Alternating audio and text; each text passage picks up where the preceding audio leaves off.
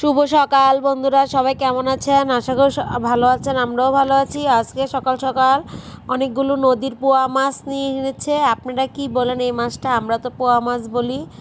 এই তো এখন আমি মাছগুলি কেটে নেব। কেটে ভালো করে কয়েকটা আজকে রান্না করার জন্য রাখবো, আর বাকিগুলি সব উঠিয়ে রাখবো ফ্রিজে।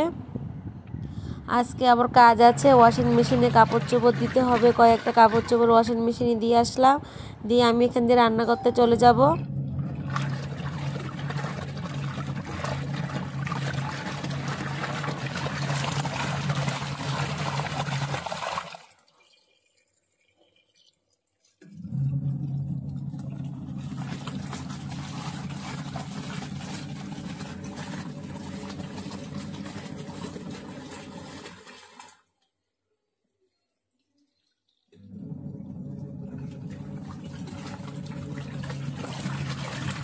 আজকে রান্না করব লাউ চিংড়ি, তাই তো লাউটা কেটে নিয়েছি, ভালো করে ধুয়ে রেখেছি। এখন আমি জিরে ফোড়ন দিয়ে দিয়েছি তেলের উপর, আর হলো চিংড়ি মাছ দিয়েছি। এখন লবণ হলুদ দিয়ে একটু ভাজা ভাজা করে আমি কাঁচামরিচ আর লাউটা দিয়ে দেবো তেলের উপর।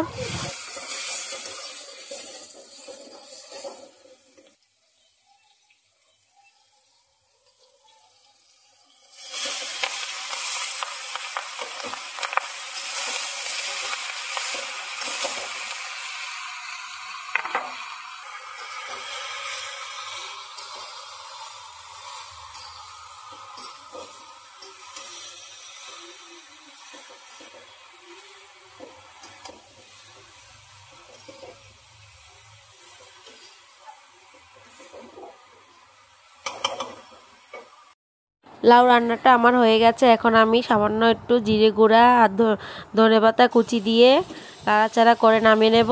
আর অফ ক্যামেরায় আমি একটু সামান্য চিনি দিয়ে দিয়েছিলাম পরিমাণ মতো। লাউ চিনি না দিলে ভালো লাগে না, একটু মিষ্টি মিষ্টি লাগে খেতে। নাহলে যেহেতু একটু পানসা পানসা লাগবে, জল বের হয়, তাই আমরা সব কিছুর ভিতরে একটু চিনি দেই। এই তো এখন নামিয়ে নেব। হয়ে গেছে আমার লাউ চিংড়ি। একটু লবণটা কমই হয়েছিল, তাই একটু লবণটাও দিয়ে দিলাম। এই তো নামিয়ে নিয়েছি। কেমন হয়েছে বন্ধুরা জানাবে।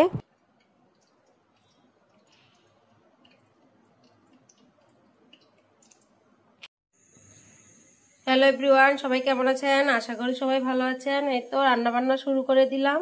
আজকে পোয়া মাছ রান্না করব। লবণ হলুদ মেখে রেখেছি ভালো করে ধুয়ে, আর এখান দিয়ে কড়াই বসিয়ে দিয়েছি। আর এখানে আমার ভাতটাও হয়ে গেছে। আর আজকে রান্না করে ফেলেছিলাম ডাল, সাথে লাউ দিয়ে চিংড়ি মাছ রান্না করেছি। কালকে রান্না করেছিলাম, মজাই হয়েছে। আজকেও ধনেপাতা আর এই তো চিংড়ি মাছ দিয়ে লাউ রান্না করেছি। এখন শুধু টমেটো আলু দিয়ে পোয়া মাছ রান্না করব। টমেটো আর আলু কেটে রেখেছিলাম, তেল দিয়ে দিয়েছি। আগে মাছটা ভেজে নিই।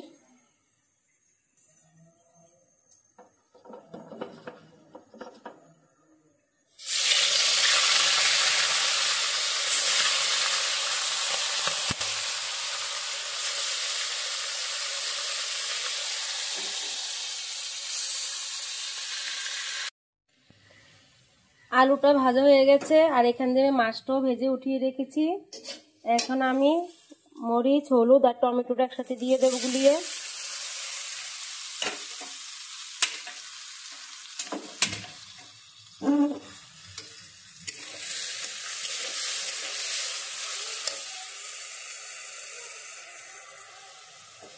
আর নামানোর আগে একটু ধনেপাতা কুচি দিয়ে নামিয়ে নেব। ভালো করে কষানো হোক, আর টমেটোটা একটু নরম হবে।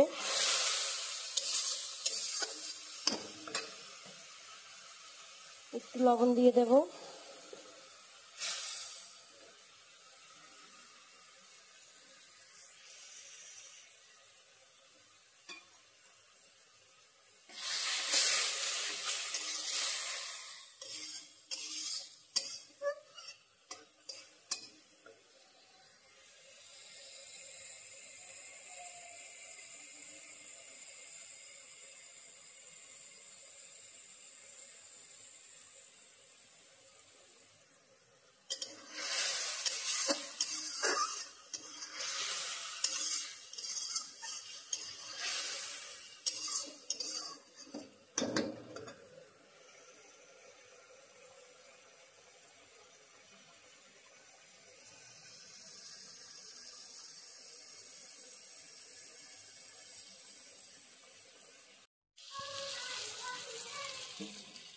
কষানো হয়ে গেছে, এখন আমি পরিমাণ মতো ঝোলের জন্য জল দিয়ে দেব।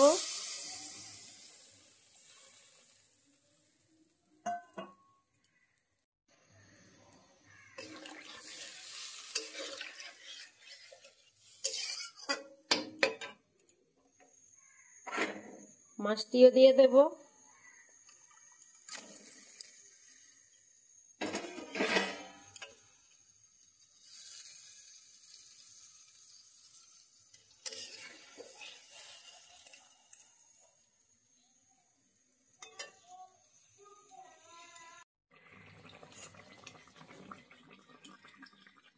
মাছের ঝোল হয়ে গেছে, এখন ধনেপাতা দিয়ে নামিয়ে নেব।